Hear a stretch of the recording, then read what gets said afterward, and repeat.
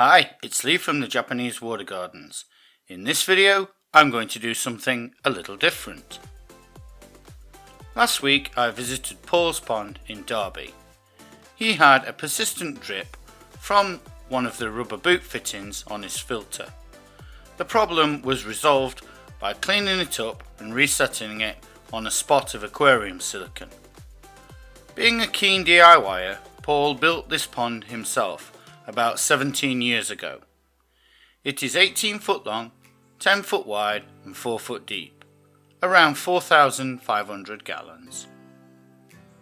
It has a single 4-inch bottom drain, an in-wall skimmer and 2 separate wall returns.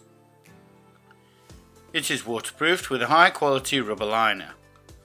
Pual enlisted my help fitting the liner as he knew it was going to be a challenge because it was heavy and it had a curved back wall.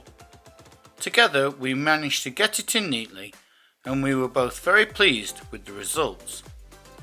Originally it was filtered by a 3-stage gravity-fed vortex system and a 55 watt UV light for the green water.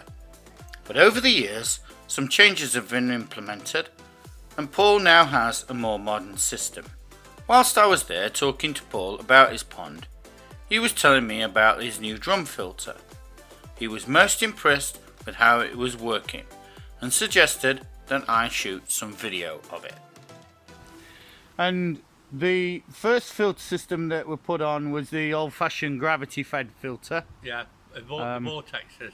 Yeah, I had a few years use out of that. Then you decided to upgrade. Went with 2 beads. Yeah.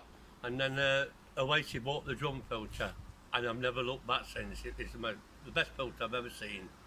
Well, when I came round here, what amazed me was the condition of this water in this pond, because I've got to say it is absolutely stunning.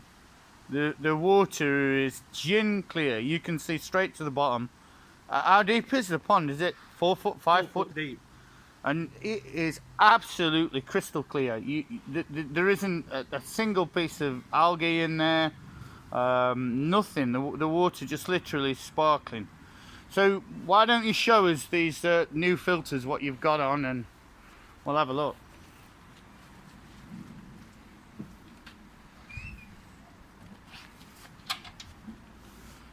So this is the original enclosure where the gravity-fed filters were.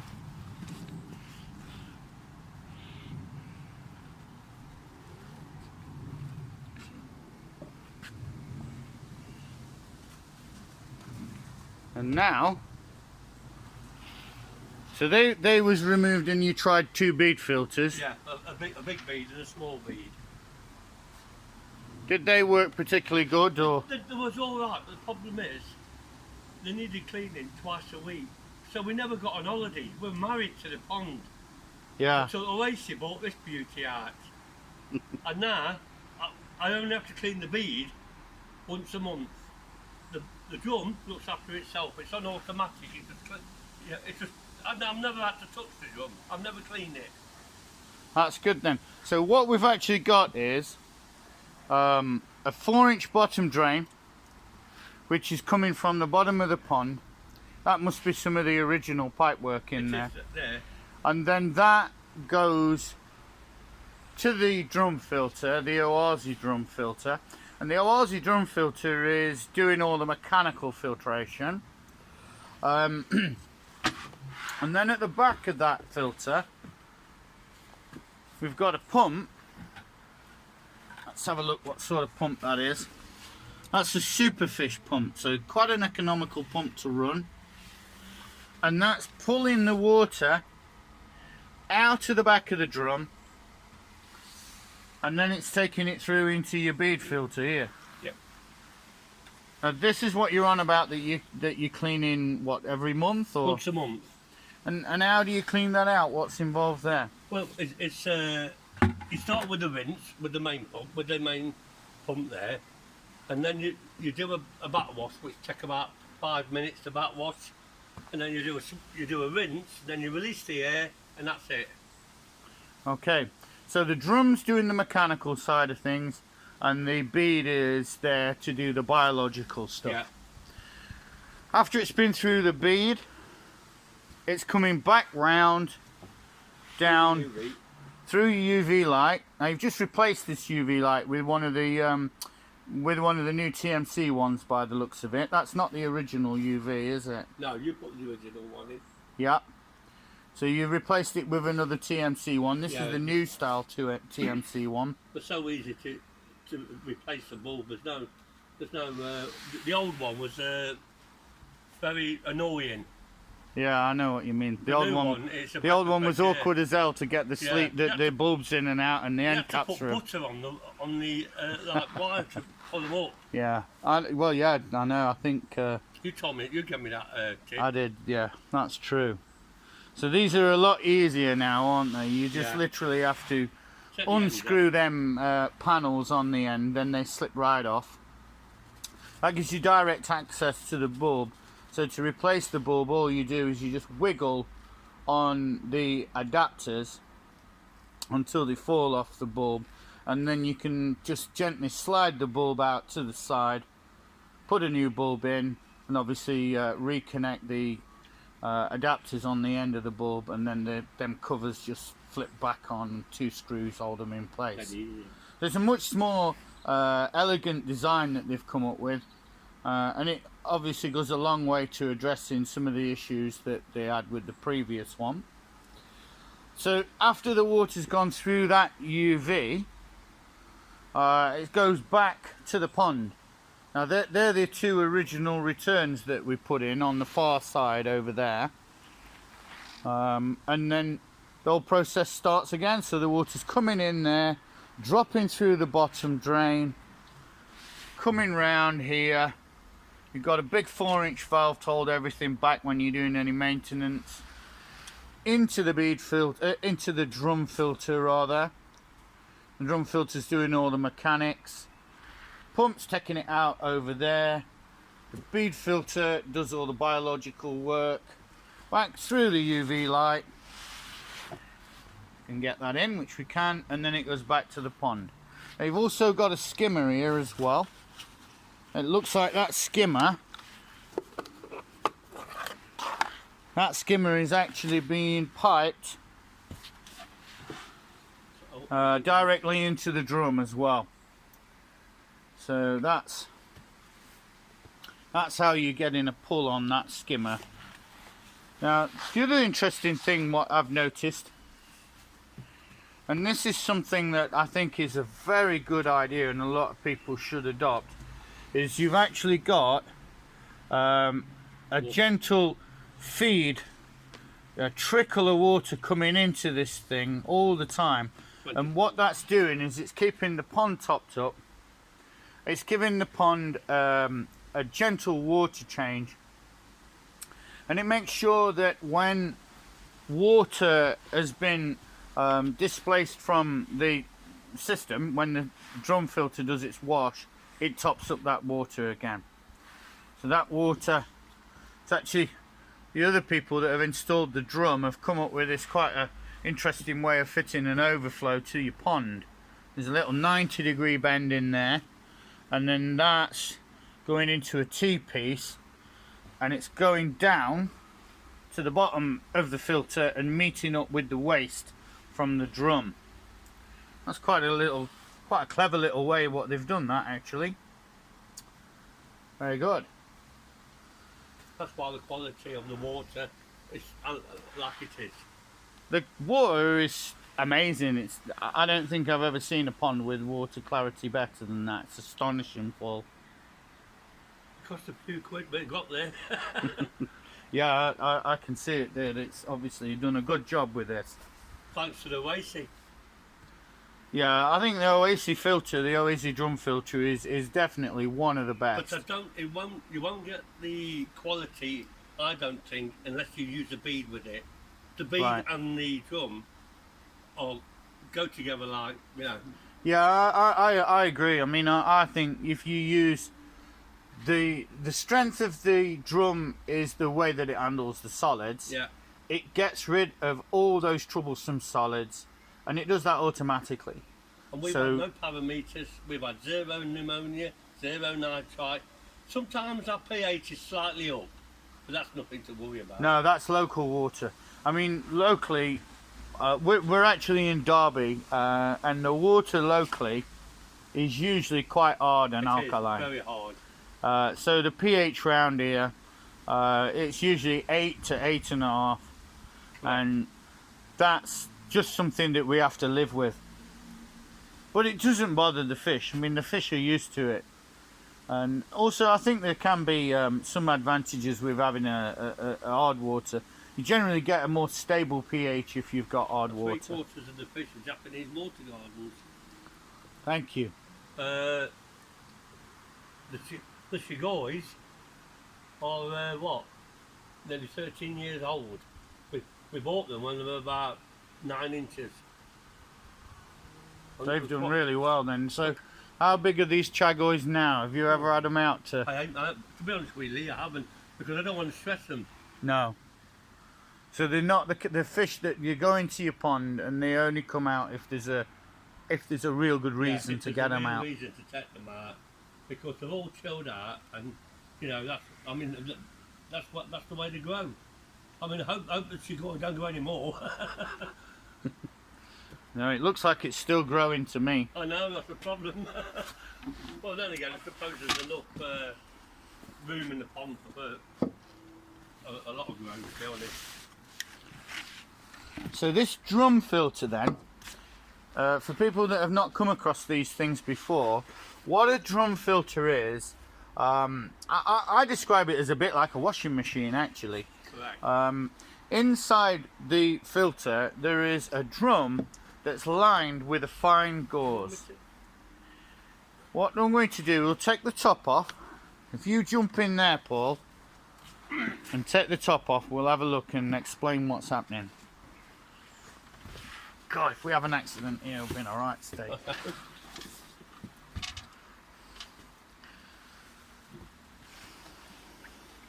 So at the moment, we've got the air pump turned off in there. Is that air pump on this switch over here? It's on the middle one. Yeah, the middle one. That's it. Ah, there you go. It's on. Look. What's that? Oh, it's here now. Look. So inside there, you've got basically two parts to this filter. You've got the mechanical drum here at the front, and water is coming in through the bottom drain and entering this drum. The drum is lined with a very fine gauze, and that traps all the small solids and prevents them from progressing further into the filter. At the back of the filter, you also got a chamber of, now this isn't actually K1, it's Oaza's own version of K1, but it's a media which is kept in this sort of chaotic state. It's heavily aerated, it's a fluidized filter.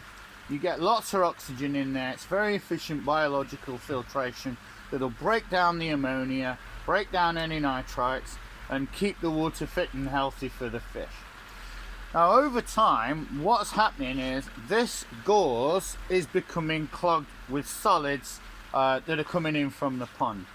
And inside here, in the back, there is a sensor which detects a drop in water level. And that's indicating that the drum is becoming blocked. When that happens, the drum will automatically engage a cleaning cycle, and it will spin the drum around and it will spray clean water back at the drum and then expel it out of this port here. That dirty water runs down a pipe and it soaks away Straight into the drain. straight to your drain.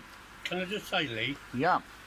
You can set the drum on whatever you want it to be, but I decided to put it on automatic. Yeah. I have never cleaned those panels since the day this drum was fitted. If So- you put it on automatic, mate, you can't go wrong.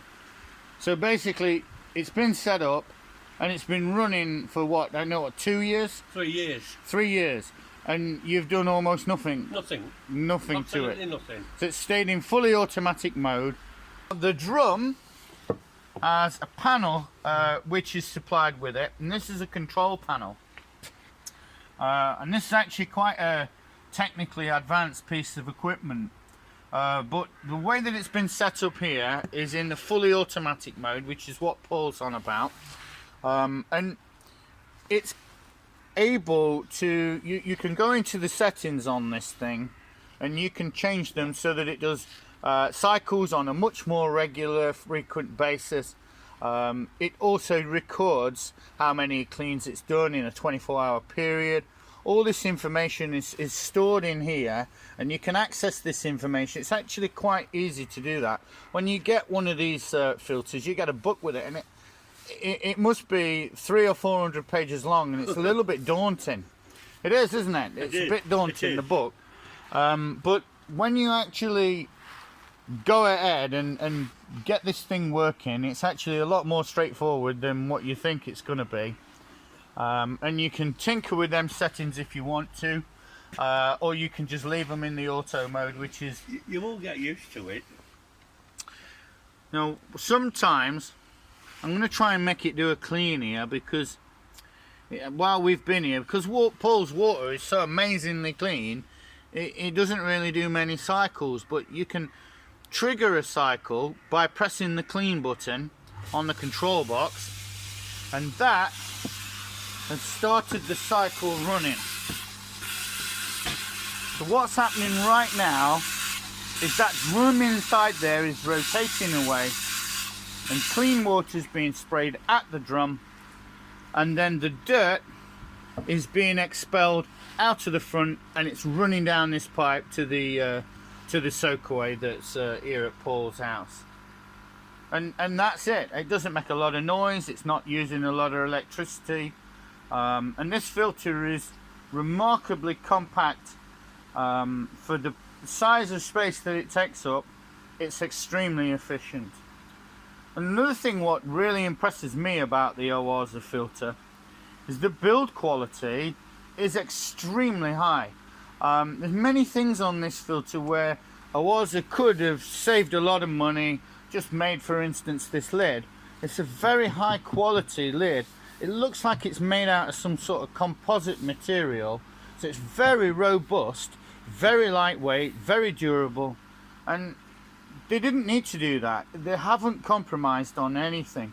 All the components on this thing are made to a high quality. So far, I mean, we've been selling these things at the water gardens for about 5 or 6 years, and very little, if anything, has gone wrong on them. I mean, Paul's here. What happened, what we'd noticed was Paul was getting a small drip off of the bottom of this rubber boot fitting here. Now, initially we just tried to tighten it up a little bit. That didn't seem to do it. I didn't want to put too much pressure on it. I didn't want to just keep tightening up that Jubilee clip until it started tearing into the rubber. So what we actually did is we drained down the system, we removed the valve off the end of the rubber boot fitting, and I just applied a little bit of silicone sealant to the outside of the slide valve, and then that, when we tightened the boot back up, it just gave that boot fitting something to sit on, something to squish down onto, and that's cured that little problem of the little drip on there. Right, I think we should have a better look at the fish actually.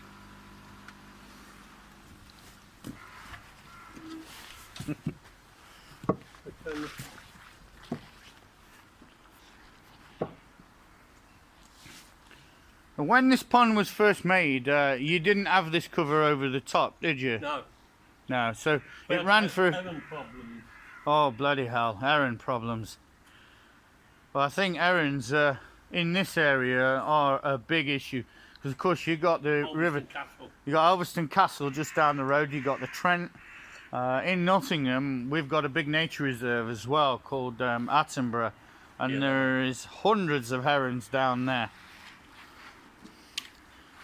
So you covered it all with a frame, a pergola, and you've made some nice drop-down nets. that just hook up out the way.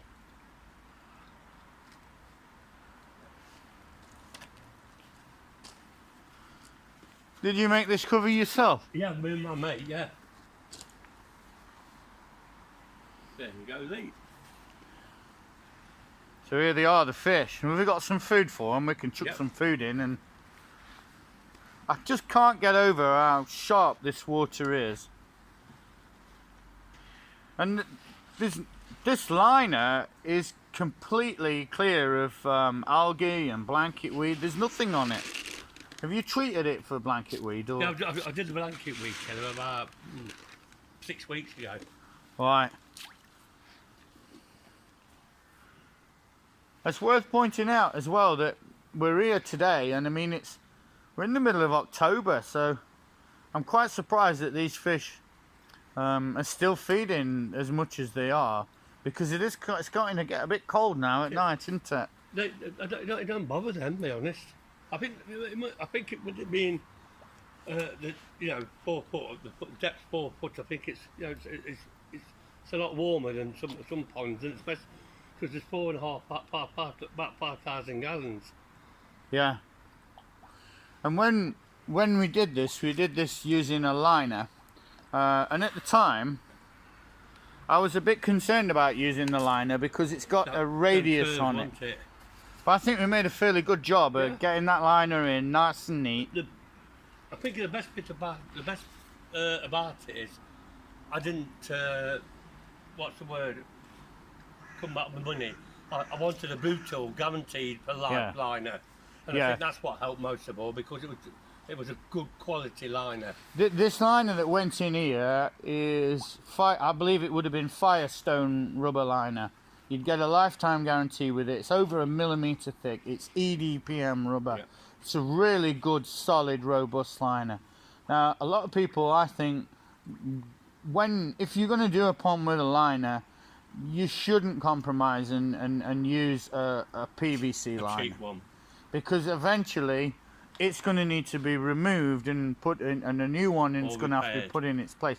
Can you imagine how much time it would take to lift all this capping stone off and refit a PVC liner? It just wouldn't be worth the time and the money. And the inlets. It's just not a simple job. PVC is not anything like as robust or as reliable as rubber, and it doesn't have any give in it either. So if you was to use a PVC liner here in these corners, you'd have lots of folds and creases, and you wouldn't be able to get them down anything like as neat as what we managed to in this pond. All your own work, Lee. So which fish in here are your favourite fish? Good question. The Tanty shower. Yeah, that's a nice looking fish actually. Mashigoi. This is not chagoy, or these. Yeah. Is this a tuber as well? Is that from the Japanese water gardens? You just got them in. There was quarantine in the old quarantine shed, and Wendy says, "Go on then. We've only got 2 days to go, but it's on your own back though." But nothing happened. No. Yeah, I mean, must admit, although that's an Egyptian fish, that is absolutely beautiful. Yeah, it is. It's a good-looking fish. That. It's obviously got a good appetite as well. Oh, it never stops eating.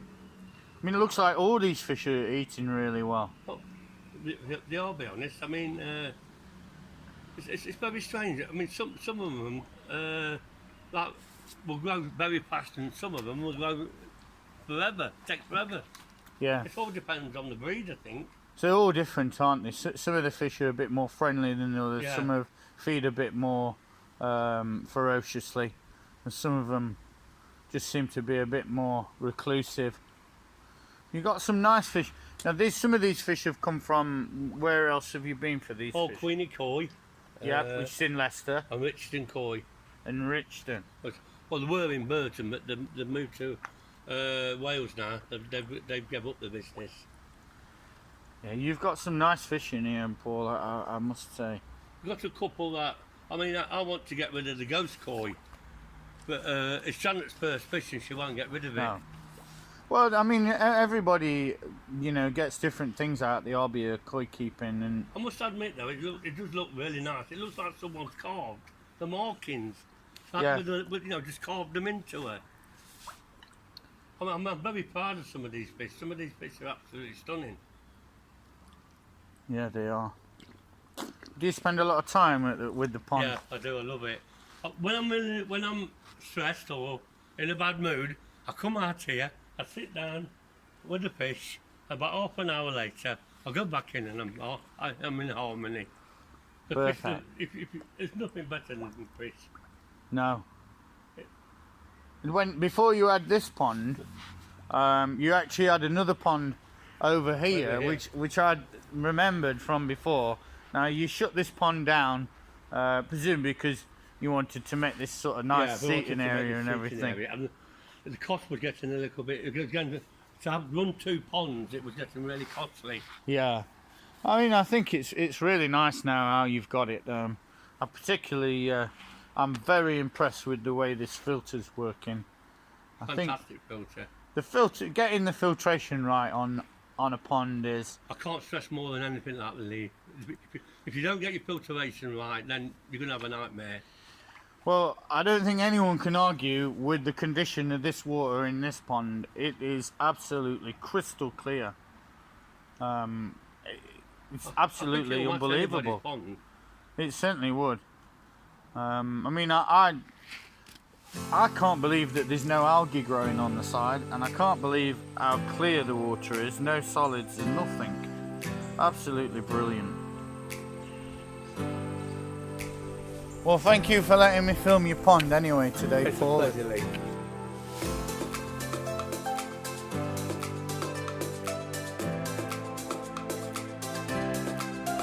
Let me know in the comments below if you would like to see more videos like this. A big thanks to Paul for letting me film his pond. If you like what you see, be sure to subscribe to the channel. Give the video a thumbs up. It's bye for now from Lee at the Japanese Water Gardens.